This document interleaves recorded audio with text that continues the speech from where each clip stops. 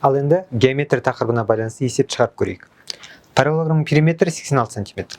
Егер оның бір қабырғасы екінші қабырғасынан 11 см ұзын болатын болса, онда үлкен қабырғасының ұзындығын табыңыз делінген. Параллелограмм берілген, параллелограммда қарама-қарсы қабырғалар өзара тең болады. Сондықтан мен былай жасаймын. Кіші қабырғасын x деп аламын. Егер кіші қабырғасының ұзындығы x болса, үлкен қабырғасы одан 11 см ұзын. Яғни x қосылған 11. Демек, қарама-қарсы қабырғалары тең болғандықтан, егер бір кіші қабырғасы x болса, оған қарама-қарсы қабырғасы да x болады. Дәл солай ұзын қабырғасы x плюс 11 болса, оған қарама-қарсы қабырғасы да x қосылған 11 болады. Ал периметр дегеніміз не? Осы сұраққа бірінші жауап беріп көрейікші. Периметр деген қандай да бір берілген фигураның сыртқы ұзындығының қосындысы. Біздің жағдайда ол периметр тең. Сыртқы ұзындығы бізде 4x-тен тұрады, себебі бір қабырғасы x, екіншісі x, жоғары екеуінде де x бар. 1x, 2x, 3x, 4x.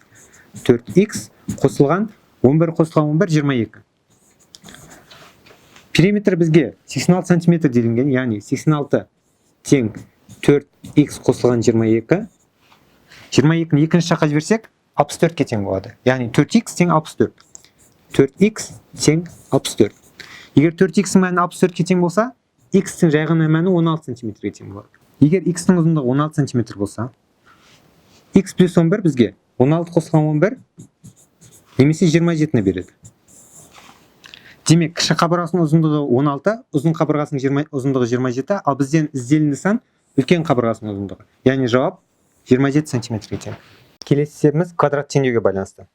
Квадрат теңдеу келесідей берілген. X квадрат минус 4x минус 7 тең 0. Осы теңдеудің түбірлері x1 мен x2 болса, ондай болса, мына берілген өрнектің мәнін табыңыз делінген. Енді есепті шығармас бұрын бір-екі нәрсені талқылап көрейік. Қарапайым ең стандарт түрде берілген квадрат теңдеу осы түрде келеді. ax квадрат қосылған bx қосылған c. a, b, c мұндағы коэффициенттер. Яғни a деген x квадраттың коэффициенті, b деген x-тің коэффициенті және c деген бос мүше деп аталады. Енді қараңыздар, қандай да бір квадрат теңдеудің түбірлерінің қосындысы, яғни екі түбір болған кезде түбірлерінің қосындысы минус b бөлінген a-ны береді. Яғни x-тің коэффициенті теріс болған бөлеміз x квадраттың коэффициентіне. Дәл солай түбірлерінің көбейтіндісі c бөлінген a-ны береді. Яғни бос мүшені x квадраттың коэффициентіне бөлеміз. Енді бізге мына өрнек берілген x1 квадрат қосылған x2 қосылған x1 көбейтілген x2 квадрат. Егер оны ашатын болсақ, ол мына түрге енеді. x1 көбейтілген x1 көбейтілген x2, себебі бұл жерде 2x1 бар, x1 квадрат деген. Қосылған x1 және x2 деген бізде қайтадан екеу бар. Демек, жақтан сыртына мен 2 есептеді. x1 мен x2-ні жақтан сыртына шығарылам. x1 мен x2-ні жақтан сыртына шығаратын болсам, жақша ішінде қалады менде. Бірінші өрнектен x1, екінші өрнектен x2 қалады. Яғни x1 қосылған x2. Ал x1 мен x2-ні де көбейтіндісінде, x1 мен x2-ні қосындысында біз жаңа ғана талқыладық. x1 мен x2-ні қосындысы минус b бөлінген a-ға тең, x1 мен x2-ні көбейтіндісі c бөлінген a-ға тең. Енді бұл тең болады. x1 мен x2-ні көбейтіндісін бірінші қарастырамыз. Ол бізге c бөлінген a-ға тең. Біздің есептегі c, яғни бос мүше, минус 7-ге тең. Минус 7 бөлеміз. Енді a деген x квадраттың коэффициенті, ол бұл жерде бізде 1-ге тең. Өйткені 1-ді x квадрат көйтсек, жай ғана x квадрат болады. Бөлінген 1 және жақша ішіне x1 мен x2-ның қосындысы. Ал қосындысы бізде минус b бөлінген a формуласымен табылады. b бізде коэффициент, яғни x-тің коэффициенті минус 4-ге тең, оны теріс айналдырамыз, 4 болады. Яғни 2 минус, формуладағы минус және минус 4-тің алдындағы минус өзара жойылып кетеді. Келесі, бөлінген a қайтадан. a біз жаңа ғана талқыладық, ол 1-ге тең. Яғни демек, берілген өрнектің көбейтіндісі 1 мен 1 тек бөлімінде тек қана бірлер, минус 7 мен 4-ке өтеміз, минус 28. Яғни берілген өрнектің мәні минус 28-ге тең. Келесі есебіміз тригонометрия тақырыбынан. Белгіленген бұрыштың косинусы v бөлінген f өрнегіне тең болатын нұсқаны табыңыз делінген. Енді қандай да бір тік бұрышты үш бұрыш берілсін. Және де альфа деген бір бұрыш берілсін. Осы бұрыштың косинусын табу үшін іргелес жатқан катетті гипотенузаға бөлеміз. Қандай да бір тік төртбұрышта екі катет және гипотенуза болады. Гипотенуза дегеніміз ең ұзын қабырғасы, және де ол 90 градусқа қарама жатқан қабырға болады. Яғни біздің жағдайда гипотенуза бізде осы қабырға. катет екіге бөлінеді. Екі катет болғандықтан ажырату үшін біреуін қарама-қарсы жатқан, екіншісін іргелес дейміз. Яғни альфа қарама-қарсы жатқан катет қарама-қарсы жатыр, іргелес жатқан катет іргелес катет деп аталады. Демек, қандай да бір бұрыштың косинусын табу үшін іргелес катетті гипотенузаға бөледі екенбіз. Енді 5 нұсқаны талқылап көреміз. А нұсқасы. Бізде бұрышымыз альфа, мінекей, және де бізге табу керек осы бұрыштың косинусын. Ал косинус жаңа ғана айттық. Іргелес катеттің гипотенуза қатынасы. D бөлінген F. А нұсқасы D бөлінген F-ке тең. Демек, бұл бізге керек емес. В нұсқасын қарастырамыз. Альфа бұрышымыз бұлау. Яғни косинус альфамыз іргелес жатқан катеттің гипотенузаға тең, қайтадан D бөлінген V-ға тең. Қайтадан V бөлінген F-ке тең емес, қайтадан сызбастаймыз. С нұсқасы. Іргелес жатқан катет гипотенузаға бөлетін болсақ, V-ны F-ке бөлеміз, V бөлінген F. Әзірше осы дұрыс болып тұр. D нұсқасын қарастырамыз. Бізде іргелес жатқан катет F-ке тең, гипотенуза V-ға тең. Яғни ең ұзын қабырға V-ға тең. F бөлінген V. Бұл бізде дәл ізделінді өрнектің кері саны. Келесі альфамыз іргелес катет және де гипотенуза. Яғни F бөлінген D. Бұл да керек емес. Демек, берілген нұсқалардан тек қана С нұсқасы берілген бұрыштың косинусы V бөлінген F өрнегінде тең болады. Келесі есеп функцияның графигіне қатысты есебіміз. Бізде y тең x квадрат функциясының графигінен y тең x квадрат қосылған 7 функциясының графигін қалай алуға болады делінген. Енді y тең x квадратты бөлек жазып қойын мен. Y тең x квадрат. Енді қараңыздар, y тең x квадрат берілген бізге, ал ізделінді функция y тең x квадрат қосылған 7. Яғни y қанша болса, y-ті не істеп жатырық? 7-ге арттырып жатырық. Енді ойлаңыздар, y деген бізде ординатын 7-ге арттырсақ, жоғары қарай 7-ге көтеріледі. Демек, нұсқалардың ішінен ордината осі бойынша 7 бірлік жоғары көтерілетін нұсқаны іздейміз. Е нұсқасын қараймыз. Графикта ордината осі бойынша 7 бірлік төмен жылжыту керек. Яғни бізге ізделіндіден дәл керісінше, яғни бізге жоғары керек, Е нұсқасында төменделінген. Графикта абсцисса осі бойынша 7 бірлік оңға жылжыту керек. Абсцисса осі бойынша жылжымаған, яғни x өзгермеген, тек y-ті ғана 7-ге арттырып тұрмыз. С нұсқасы. Графикта абсцисса осі бойымен 7 бірлік төмен, және ордината бойымен 7 бірлік оңға жылжыту керек деді. Яғни бұл жерде 2 рет жылжытып тұр, бұл да бізге керек емес. Графикта ордината осі бойынша 7 бірлік жоғары жылжыту керек делінген. Бұл бізге ізделінді жаңағы айтылғанымыз. Әзірше осыны қарастырып көрейік. И соңғы А нұсқасы, графикта абсцисса осі бойынша 7 бірлік солға жылжыту керек. Бұл да қате.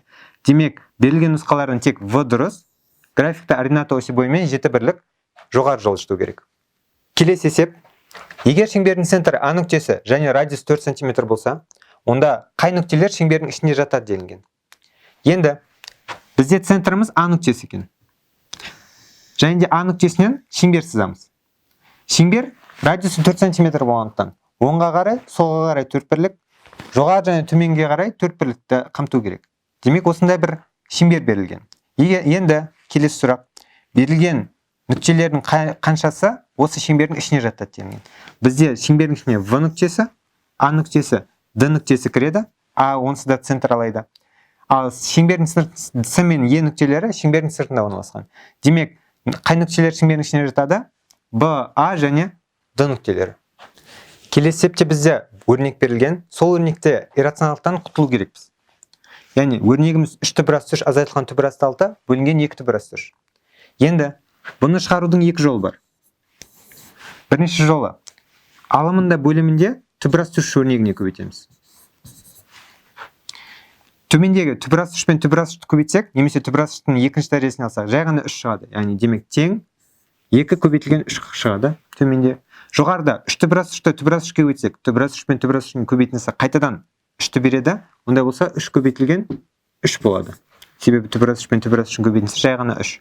Және де азайтылған 6-ны 3 көбейтсек, 18 шығады. Яғни тең бұл 3-ті 3 көбейтеміз 9. 18 дегеніміз 9 бен 2-ның көбейтіндісі. Ал біз 9-ның мәнін білеміз, ол 3-ке тең. Демек жақшаны сыртына шығарамыз 3-2 бөлімінде 6. Байқасақ, барлығы 3-ке бөлінеді, барлығын 3-ке қысқартамыз. 9-ды 3-ке бөлеміз 3, 3-2-ні 3-ке бөлеміз 2, және де 6-ны 3-ке бөлеміз 2 шығады. Демек жауабымыз 3 азайтылған түбірасты 2 бөлінген 2. Иррационалдықтан құтылдық. Енді екінші түрі жолдың екінші жолы бұл есептің шығарылу. Қараңыздар, байқасақ барлық өрнек түбірас 3, түбірасты 6, түбірас 3-ке еселі. Демек мен былай жасаймын. 3 көбейтілген түбірасты 3, азайтылған түбірасты 6-ны былай жасаймын. Түбірасты 2 көбейтілген түбірасты 3. Себебі көбейтсек, онсыз да түбірасты 6-ның өрнегін береді. Және де бөлімінде 2 түбірасты 3. Демек мен қалай жасаймын? Жоғарыдан да төменде түбірасты 3-ті бөлек шығарамын. Яғни түбірасты 3 жақшаның сыртына шығаратын болсам, жақша ішінде менде 3 пен түбірасты 2 ғана қалады. Яғни түбірасты жақшаның сыртына шығардым. Жақша ішінде бізде 3 азайтылған түбірасты 2 қалады. Ал бөлімінде 2 түбірасты 3 жай ғана жаза саламын. Осылай жасаған кезде біз түбірасты 3-терден құтыламыз. Және де бұл тең болады. Жоғары алымында 3 азайтылған түбірасты 2 қалады, ал бөлімде тек қана 2 қалады.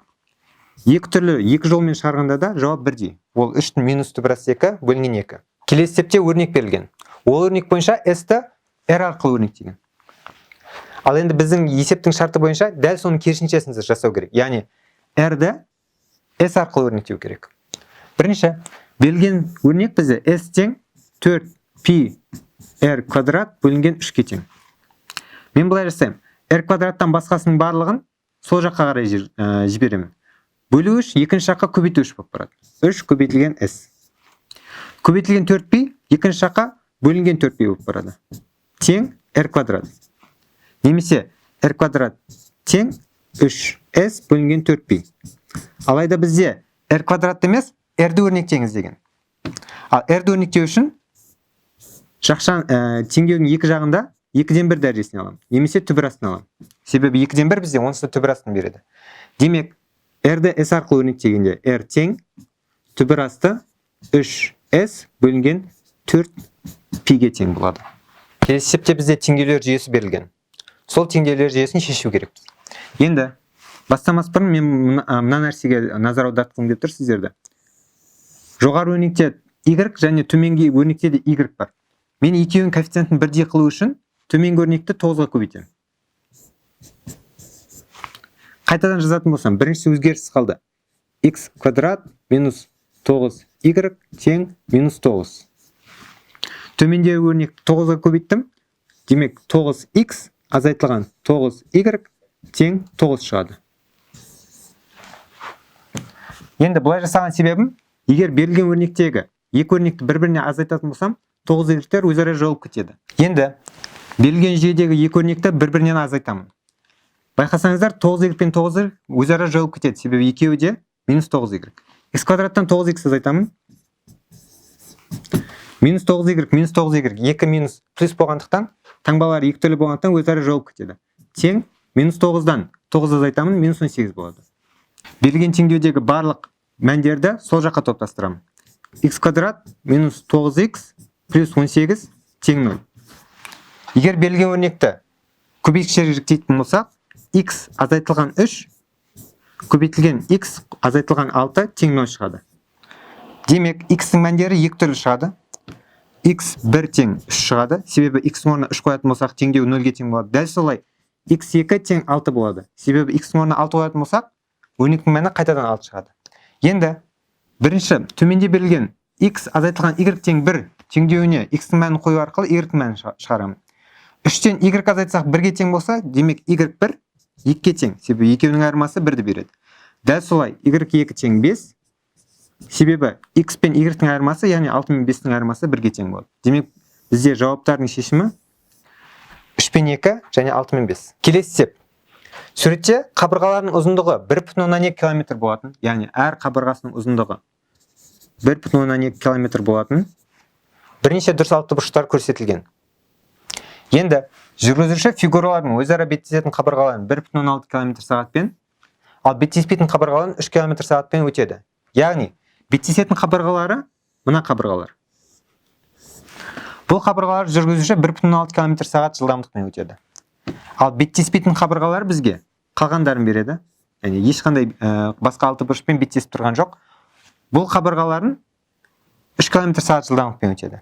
Енді В нүктесінен С нүктесіне ең кемінде неше минутта жетуге болады делінген. Қараймыз. В нүктесінен С нүктесіне бірнеше түрлі жол бар жетуге. Біз сыртымен де жетуге болады, ішімен де жетуге болады. Алайда қараңыздар, егер сыртымен жетсек, өте ұзын болып кетеді жол. Бізге бұл тек шатастыру үшін ғана берілген. Ішімен жүретін болсақ біз 1, 2, 3 және 4. 4-ақ беттесетін қабырғамен жүреміз. Әрқайсының ұзындығы 1,2 км болғандықтан 1,2-ні 4-ке көбейтеміз, яғни S тең 4,8 км жүру керек екенге жүргізуші. Ал біз білеміз, өзара беттесетін қабырғаларын жүргізуші 1,6 км сағатпен жүреді. Бізге уақыт керек Т тең S бөлінген V-ға тең. Яғни жүрген жолда жылдамдыққа бөлеміз.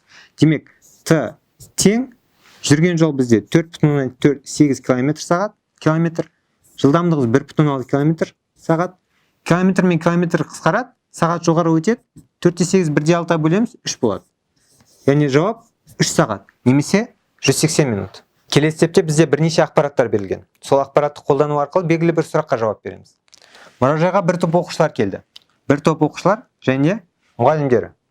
Енді билеттің бағасы бізде былай анықталады екен. 6 жасқа дейін балалар үшін билет тегін, 7 мен 12 жастағы балалар үшін билеттің жарты бағасы ғана төленеді.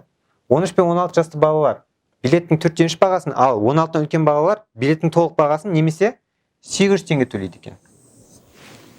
Есеп енді бүкіл топ үшін билеттердің құнын анықтаңыз дейді. Яғни 5 бала мен мұғалім үшін қанша теңге төлену керек, соны анықтау керек. Енді біз бірден мұғалімнің 800 теңге төлейтінін білеміз. Себебі оның жасы 16-дан үлкен болу керек.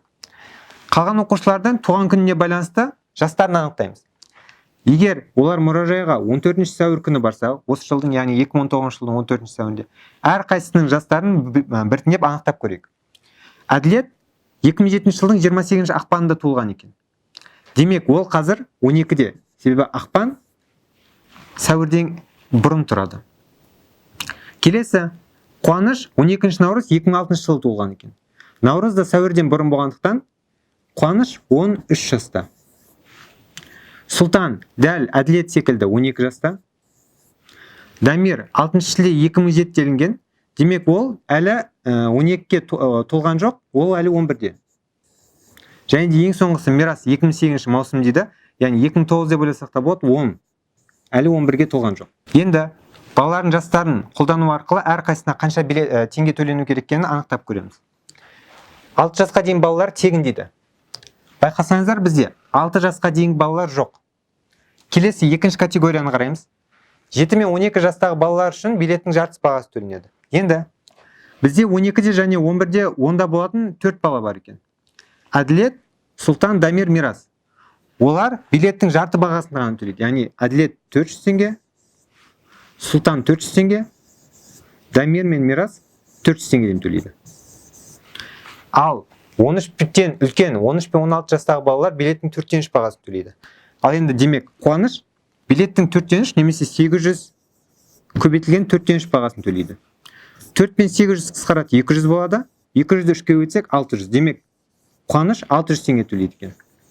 Енді барлық бағаларын анықтадық, енді біз қосамыз оларды. 400-ге 600 1000 болады, 3-400 1200 болады, және 800. 1000-ға 1200 қосамыз 2200, 2200-ге 800 қосамыз 3000. Демек, бүкіл топ мұражайға барған кезде 3000 теңге төлеу керек екен.